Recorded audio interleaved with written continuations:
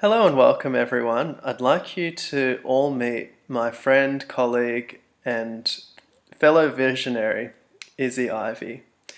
Izzy and I met at her Parallel Realms exhibition back in 2014, and I found it so inspiring and so enlightening to see her live painting in her own exhibition and seeing the sort of works that she was coming up with. I thought it was just so incredible to see the process of it all evolving on the spot.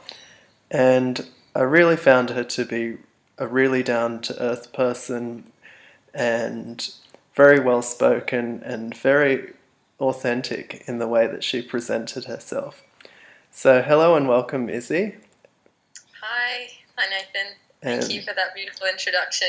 Yeah. oh, you're welcome. So, first of all, tell us a little bit about yourself. Okay. Well, I guess creativity's always been a really big part of my life, but it was only, well, I guess it was about 4 or 5 years ago that I found painting and fully fell in love, like to the point that that was where my life was going with that whole creative process. But actually, I remember at the exhibition, that first exhibition, somebody asked me, "Why is it that you've only just started painting now?" And it was because I had only just discovered the thing that I wanted to communicate, and through my energy practice and meditation and dance, visions come to me and experiences that really I feel that to be able to capture them on canvas is a huge gift, I feel.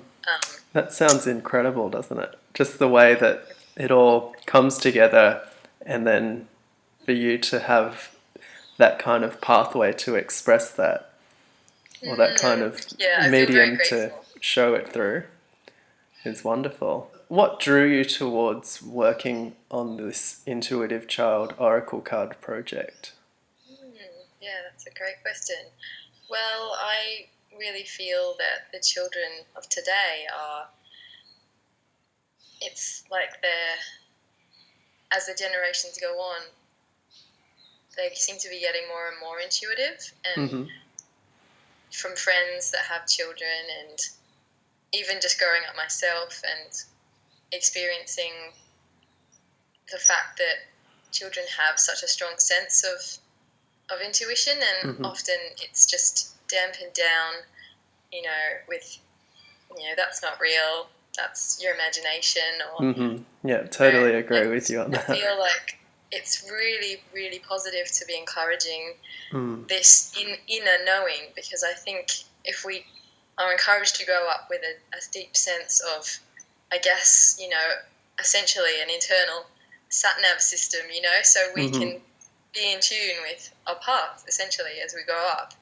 Um, so I think starting with a really good foundation of, being in tune with your path when you're young is going to set you up for life in a really positive way. Yeah, totally agree with you, and I'm so glad you shared that because that's pretty much exactly the same reason why I felt drawn to writing these cards. Growing up intuitive and not really having those kind of tools to access and not knowing who to ask, and I really felt that producing these cards would serve as a pathway to help children develop that skill, to help them start asking those questions with their parents, and even just start discovering for themselves in a safe, nurturing, and encouraging kind of way. Perfect. So, yeah, Yes. thank you for that, Izzy. How would you describe the process that you went through to paint some of the artworks for these cards? Wow. Yes. Well, it was an incredible process from the start to finish. Mm-hmm. Um, I guess for me, I guess the process took about just like about a year and a half, and during that time, each painting reflected a moment in my life at the time. So I had a range of different topics to choose from, but there were certain ones that really stood out at particular times, and they were always the perfect medicine for me to also be painting. And as I essentially got out of the way, just with the idea or the essence of what I was going to paint that had already been, decided. But I mean, I have some pretty interesting stories for certain cards that are just blow me away, actually. So it feels like an oracle journey. Have you got any examples that you'd like to share? Well, yes. I mean, the one that stood out the most for me was actually growth. It's a bit of a funny story, really, but for some reason I felt like I was going to be really relieved once that painting was finished. It was like a mark in the whole process of the cards and where I was. And anyway, I'd spent the day, and I had about, the day painting, and I had about probably 5 or 10 minutes more painting to finish of that piece. And I went to bed that night quite feeling pretty good, and there I was, just about to, I felt, I was feeling really good. And then unfortunately the next morning I woke up with dengue fever. I was actually painting some of these cards while I was in Thailand. And I unfortunately was very, very unwell for a week. And the morning that I woke up, I was deliriously looking at the painting for about 5 hours, not being able to even go close to it just to finish that last 5 minutes. I had to wait a whole week to finish that piece. But during that week of going so deep within myself, I was in a place where I couldn't really do anything but do that. And then when I did finally come out the other side and I painted, actually it was the roots, and I wasn't sure what colour to paint them, but I had the idea of painting them rainbow colours. And finally, when that was completed, I realised why I was going to feel so relieved when I finished that particular piece. But, yes. Wow, that's wonderful. Thanks for sharing that. You're most welcome. With the artworks, I found that they really align with exactly what I had in mind when I wrote the meditations. And I found it so synchronistic and so powerful that our words and artworks lined up so much. Is there anything that you can describe or talk about that helped to create that kind of synchronicity? Well, it's firstly just really awesome to hear that they have so perfectly aligned with your vision. I was often, I've just been impressed the whole way through the journey that we've shared, and the fact that, you'll have an idea and I'll be like, yes, that's brilliant. And I'll have an idea and you'll be like, yes, that's exactly what I was thinking. And it's just been like that the whole way through. I guess I don't feel like I've done anything specifically to make that happen, except for just trust in the universe, I guess, and feeling that this whole project has been carried through with something that's definitely bigger than ourselves. Totally. Yeah, totally. I agree. I feel blessed to be a part, to be involved in that process. Thank you. I feel blessed working with you too. What's your vision with these cards? Now that we've got them, what would you like to see done with them? Or where would you like to see them going? Well, I just think the very fact that they, to just get them into the hands of children and, adults with a childlike energy, well, we're all young really, if we can just get them out into the world, just spread them as much as possible really, and even into places where it might be quite an unusual thing to, where people aren't necessarily used to having cards. I mean, the people that I'm